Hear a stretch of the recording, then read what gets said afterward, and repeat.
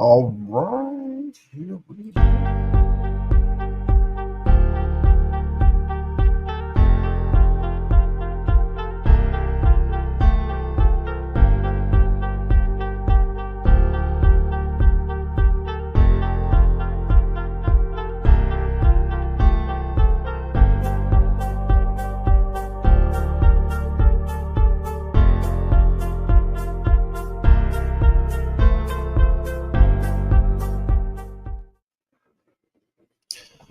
All right, hello everyone. This is a midnight live stream. Why? Because I can't sleep, so neither should you. So if any of you are awake and want to join in and get a little update on what's going on with the primary races, I will be updating you presently. So we've got a couple of races locally, and then we've got a governor's race that we need to talk about. We also need to talk a little bit about the state of the Republican Party. That is the state Republican Party, and a couple of rumors that are swirling, and we will see if we can figure out what's going on. So, for those of you who thought that Semi Bird was going away, you were mistaken. We don't know what he's going to do, but people are putting out that he's planning on doing something. I expect it is probably an announcement that he intends to run for WSRP chair. He's also going to be putting out some endorsements. So we'll see what that is. Right now, we have Dave Reichert and Bob Ferguson, who have advanced into the governor's race, which is going to be an interesting race. And I wanted to talk a little bit about that because I've seen some division in the Republican Party, especially because we had a bitter primary, and it was an ugly primary. Believe it or not, it wasn't as ugly as the last one. The primary between Culp and Freed was worse. This primary, though, was unique in the fact that this is the first time we actually endorsed a candidate, and that endorsed candidate lost. So what we are dealing with now is we have Dave Reichert. That's our candidate. That's the guy who advanced. And then we have Bob Ferguson. So I'm going to go for some people who are upset with the fact that Dave Reichert is the candidate. I'm going to go into a little bit of detail and some of the differences between Dave Reichert and Bob Ferguson. There are people who have said that they are the same person because Dave Reichert isn't conservative enough. Well, let's go over a little bit of Bob Ferguson's 12 years as our Attorney General, and then I challenge anyone who is intellectually honest to tell me that that is not true. So, since Bob Ferguson has been our Attorney General, this year alone, so far, and the year's not over, we've had 1,067 confirmed deaths from fentanyl. This is an attorney general who has prosecuted police officers for fun. Those prosecutions failed because clearly they were not guilty of anything. They willfully left out exculpatory evidence that would have proven that those police officers were completely innocent of what they were being accused of because politically it looked good at the time for Bob Ferguson. And now he's running a campaign. He had an ad out saying that we are dead last in the state with the number of police officers. Well, he's the reason for that. And he's just willing to lie about it. He's just willing to pretend that's not the case. So he prosecutes our police officers, has made it so the police officers don't want to be here, so our streets are not secure. He is largely the reason our police officers don't want to make arrests when they really need to, because they're afraid that he's going to prosecute them. And he absolutely would if he thought it was politically helpful to him. He doesn't care whose life he ruins. He intimidated our Secretary of State, who is also a Democrat.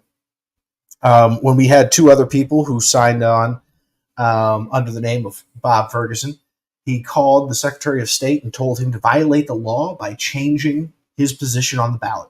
Secretary of State told him he couldn't do it, and then he tried to intimidate him, and it was awful. And Steve Hobbs even said, yeah, no, he did it. He tried to intimidate me. It's illegal.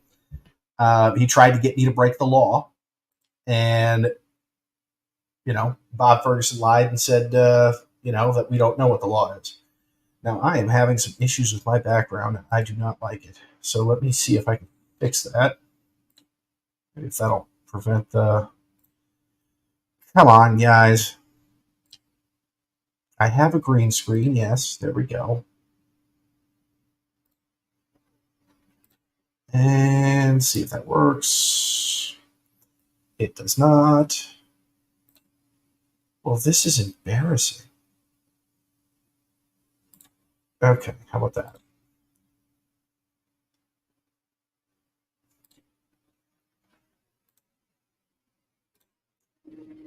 You are a nightmare.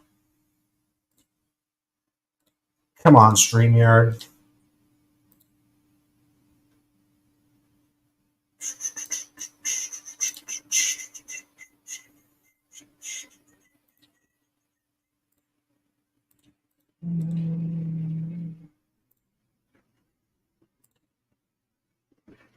Go.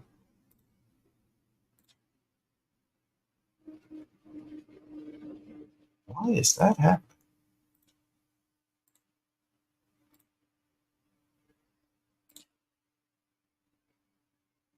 Okay, you know what? Forget the green screen. Let's just go with the real background. Um, okay. So now you can see my messy house. That's totally fine. So anyway, back to Bob Ferguson and how terrible he is. And we were talking about his prosecution of police officers. Um, he also recently just tried to remove the initiatives that the voters put on the ballot in a secretive way without informing Brian Haywood, who put those initiatives out and paid a lot of money for people to be able to sign them, and disrespected all of the voters who signed to get them on the ballot. And he and Steve Hobbs tried to have it removed. They requested that the Supreme Court remove them for some nonsense legal reason that Bob Ferguson likes to do. He likes to use lawfare. And he failed because he's not actually a very good lawyer. And even the Supreme Court, that is very, very left wing, said, you can't do this. This is completely ridiculous. But he tried. This wouldn't be the first time that he's overturned the will of the people also. Bob Ferguson tried to, or he didn't try. We as the people voted for $30 car tabs. Now, whether you agreed with it or not, you should want the will of the people to be carried out. And the will of the people was $30 car tabs. And he made an argument to the courts that the people who voted were confused. I don't know how you can even prove that in court. How can you prove that all of the people who voted for it were confused somehow? We weren't confused. I knew what I was voting for. And I think that's disrespectful to the voters to say that they were confused. But he did it. He made the argument. It worked. So our vote for $30 car tabs was just thrown out because Bob Ferguson didn't like it. He has no respect for democracy. He doesn't care about democracy. He doesn't care about the will of the people. It's his way or the highway. That's all he's ever been.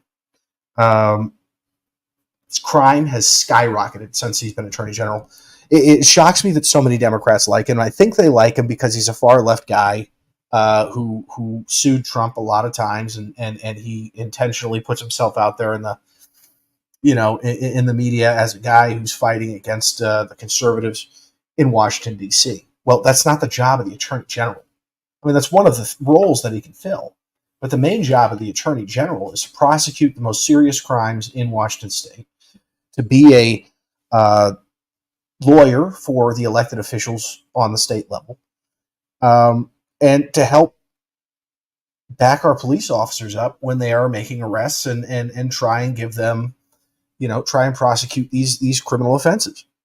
Now, usually local prosecutions are dealt with from local prosecutors, but as the Attorney General, he can oversee that. He can push those prosecutions, and he can offer state assistance to the prosecutions that are necessary. The prosecutions he oversees are usually the very serious kind, but it's not happening. The people he wants to prosecute are our police officers. He had no charges or even tried to push charges against anyone who was involved with that Chop Chaz fiasco. No charges against the people who tried to burn our police officers alive. He worked tirelessly to free the most prolific female sex offender in the United States, and he succeeded. She had molested over 100 children, including babies, and he fought for her release and got it. So he fights to free sex offenders, and he also fights to arrest police officers.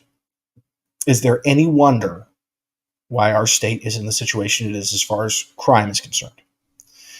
And now he thinks he deserves a promotion. As an attorney general, he has been abysmal.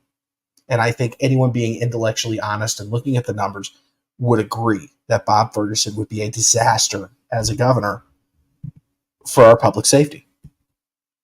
So locally, we've got some other races other than governor, and I'll just give you a little update of what's going on. So we're going to focus mostly on LD10 here, and then, of course, the local races in Island County, because that's where I am. So in LD10, we have Ron Mazzal, who advanced, the incumbent senator. He's going to be running against Janet St. Clair, who also advanced. Very close race between the two. Ron Mazzal is leading. However, if you add the other Democrats' votes to Janet St. Clair, which is reasonable, Janet St. Clair would be leading. So very, very interesting race to watch there. Gary Ray was the only person running against the incumbent Dave Paul for the House race of position 2. So Gary Ray has advanced. Gary Ray actually performed pretty well for someone who hasn't spent any money yet. And so he's going to be probably seeing a lot of money coming in from HROC, which is the House Republican caucus. They usually are the big money donor to Republican candidates running in the House. And then the surprise, I wasn't surprised, but a lot of people were surprised. Kerry Kennedy advanced to run against Clyde Shavers. And so Kerry Kennedy was not the chosen one of HROC. And so that was interesting. One thing that we've noticed throughout Washington State is a lot of the people who were chosen in the primary by HROC did not advance, which means HROC wasted a lot of money. And that also tells you a little bit about the power that HROC has lost. They no longer get to tell us who our candidate is. The people are picking for themselves, and they no longer trust HROC. Additionally, the Republican Party, while we're talking about losing power, endorsed for the first time a governor candidate, and that governor candidate only got 9% of the vote. So I think that tells you just how out of touch the WSRP delegates were with the reality here in Washington State. So because Dave Reichert advanced. So we've got those races to go. Now, the Democrats incumbents were winning both of those races, but we'll see, right? More money is going to get poured into them, and we'll see what happens there. The interesting races here in Island County are the 2 commissioner races. We've got Commissioner District 1, which is going to be 2 Democrats who advanced, Marie Shimada and the incumbent Melanie Bacon. And we've got Jill Johnson versus Christina Elliott. So Jill Johnson is the one incumbent Republican in District 2. So little information about the commissioner race. Jill Johnson has served for 3 terms. She's going to be going for a 4th. It's a 4-year term. And she's running against a newcomer to Island County and a young woman named Christina Elliott, who I don't know if she fully understands what the role of the job is, but she seems very excited to do it. Yeah, Jill Johnson's going to need some support from people. And that is a race that Republicans can keep, a position they can keep, and they should definitely focus on. And then we've got 2 Democrats, Melanie Bacon versus Marie Shimada. Well, if you want my opinion, I think Melanie Bacon is the most qualified of the 2. I think Melanie Bacon wasn't my first choice, but of the 2, she's certainly the most qualified. She served as the HR director for Island County for quite some time. She gets along with the other elected officials, including the Republicans. She seems to be a very easy to work with person, whereas Marie Shimada does not seem to be that way, at least according to some of the attacks that have been made. There were some reports in the Whitby News Times that she's had some difficulty in her past jobs, and she does not always get along with the people that she's working for. And I can tell you that one commissioner that has that problem would be a disaster for this county. So if you want to play it safe, I would recommend just sticking with the incumbent, Melanie Bacon. And that's the way I intend to vote. So I am I think that covers all of the local races. Some other interesting races that are coming up. We've got Attorney General Pete Serrano, or Attorney General candidate, sorry, Pete Serrano running against now, it looks like Mike Brown, who is the Democrat. Pete Serrano got about 42% of the vote, which does not bode well for Republicans taking that seat. So that is something that Republicans are going to need to figure out how to fix. This is a state that is not very friendly to Republicans. Our Senate candidate, Raul Garcia, who advanced, I forgot that one. He advanced pretty convincingly, but Maria Cantwell, who is the incumbent, got 57% of the vote. That's overwhelming. That is very difficult to overcome. I don't see how we do it. But I am doing... yeah, no, I don't see how you overcome it. I mean, I wish Raul Garcia well. I support him. But 57% is just kind of overwhelming. Anyway, I couldn't sleep, so I thought I'd give everybody an update of what's going on locally. That's where we're at. And I will keep you updated as more information comes out. Have a good day.